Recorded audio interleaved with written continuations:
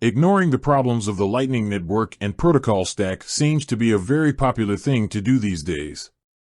It is currently the most widely adopted and used second layer of the Bitcoin network, and the fastest moving in terms of further development. It also has a lot of shortcomings that are easy to sweep under the rug and work around, given that it is very small and at a very early stage of adoption. But that doesn't make those problems go away, or change the reality that at a much larger scale and further along the adoption curve those problems become very real ones that require actual scalable solutions. One of the problems at the core of Lightning is the issue of receiving liquidity. It is not possible to receive any funds over the Lightning Network without first having secured receiving liquidity from someone else's node.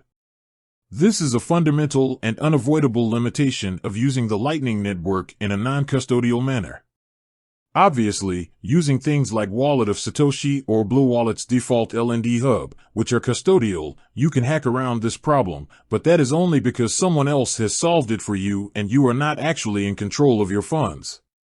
When dealing with things self-custodially, though, you have to actually address the problem. When the Lightning Network first went live and began seeing real use during the #reckless era, this problem was addressed very informally. It was essentially solved through social connections, through requests to people you knew or close friends, through handshake agreements. Hey friend, can you send me some liquidity? I just spun my node up. There were no marketplaces, there were no services to use, it was literally just friends helping each other out. Even today, through things like Plebnet, a large percentage of the liquidity sourcing occurring on the network is taking place in these kinds of informal social arrangements. The network is still very small, and still confined to what on a social graph is a small set of actors that even through indirect degrees of separation are not that far apart from each other. I would say that we are just starting to enter a phase of growth today where the size of the network and the number of people involved are starting to get to the point where this type of arrangement and dynamic is no longer sustainable. The next phase of growth in solving this problem happened not too long after the network went live. Services like LNBIG began setting up a page where people could request incoming liquidity. Bitrefill began offering channels with receiving liquidity as a service, and in the process created their Turbo Channel spec, which allows you to use a channel even before it's confirmed on-chain. CoinCharge, Voltage, and many other companies offer similar services as well. Paying a fee, you can simply have a business open a channel with you to provide receiving liquidity in order to be sent money. This step in the evolution of things occurred to solve a sort of scaling problem, since not all of the new users coming on board had those social connections to get incoming liquidity. Even if they did, people only have so much money they can allocate to channels for people they know. You can also not expect people to sit around all day, at all times be ready to open channels when people need liquidity. So, a business has room to step in and solve the problem for a fee. You also have the dynamic of Lightning service providers, LSPs, like Breeze stepping in and themselves providing a certain amount of receiving liquidity for their users. This, however, still runs into the same general problems as sourcing things from people you know. Breeze only has so much money they can allocate to their users to receive funds. They do make routing fees by being the node you are connected to, but eventually they will run into the issue of having to manage a finite amount of funds across a growing user base. This isn't sustainable in perpetuity. The next type of solution for this core problem of Lightning was actual marketplaces.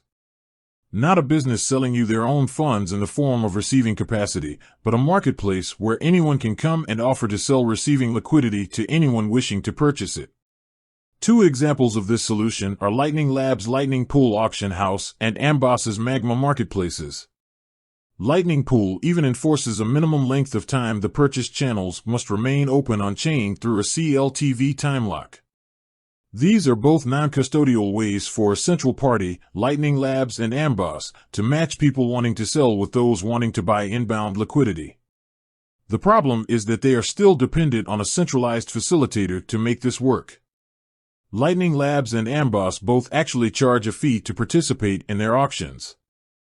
A final category of solutions to this problem is embodied by CLN's Liquidity Ads, a decentralized marketplace for receiving liquidity built on top of dual-funded channels, where both sides of the channel provide liquidity on funding instead of just one.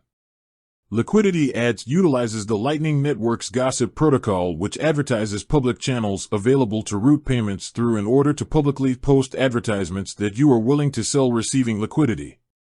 Just like Lightning Pool, it also enforces a lease time that the channel must remain open for with a CLTV time lock on-chain. So, all of these different options leave one question hanging in the air: how do we really want to approach solving this problem in the long term and at scale? It is literally not possible to receive funds over the Lightning Network without first sourcing receiving liquidity. That is a core limitation of the protocol itself.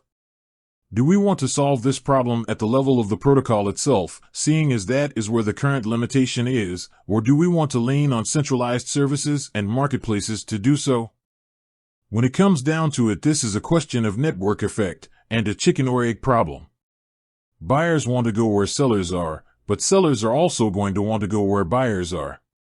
If we lean hard into centralized marketplaces or services to solve this problem, then eventually that network effect will compound and become more and more difficult to overcome with decentralized protocol-based alternatives. So this is a very important question for users to be asking themselves now. Do we let this massive shortcoming of the Lightning protocol stack be solved entirely by centralized business services, or do we attempt to solve it at the protocol level itself?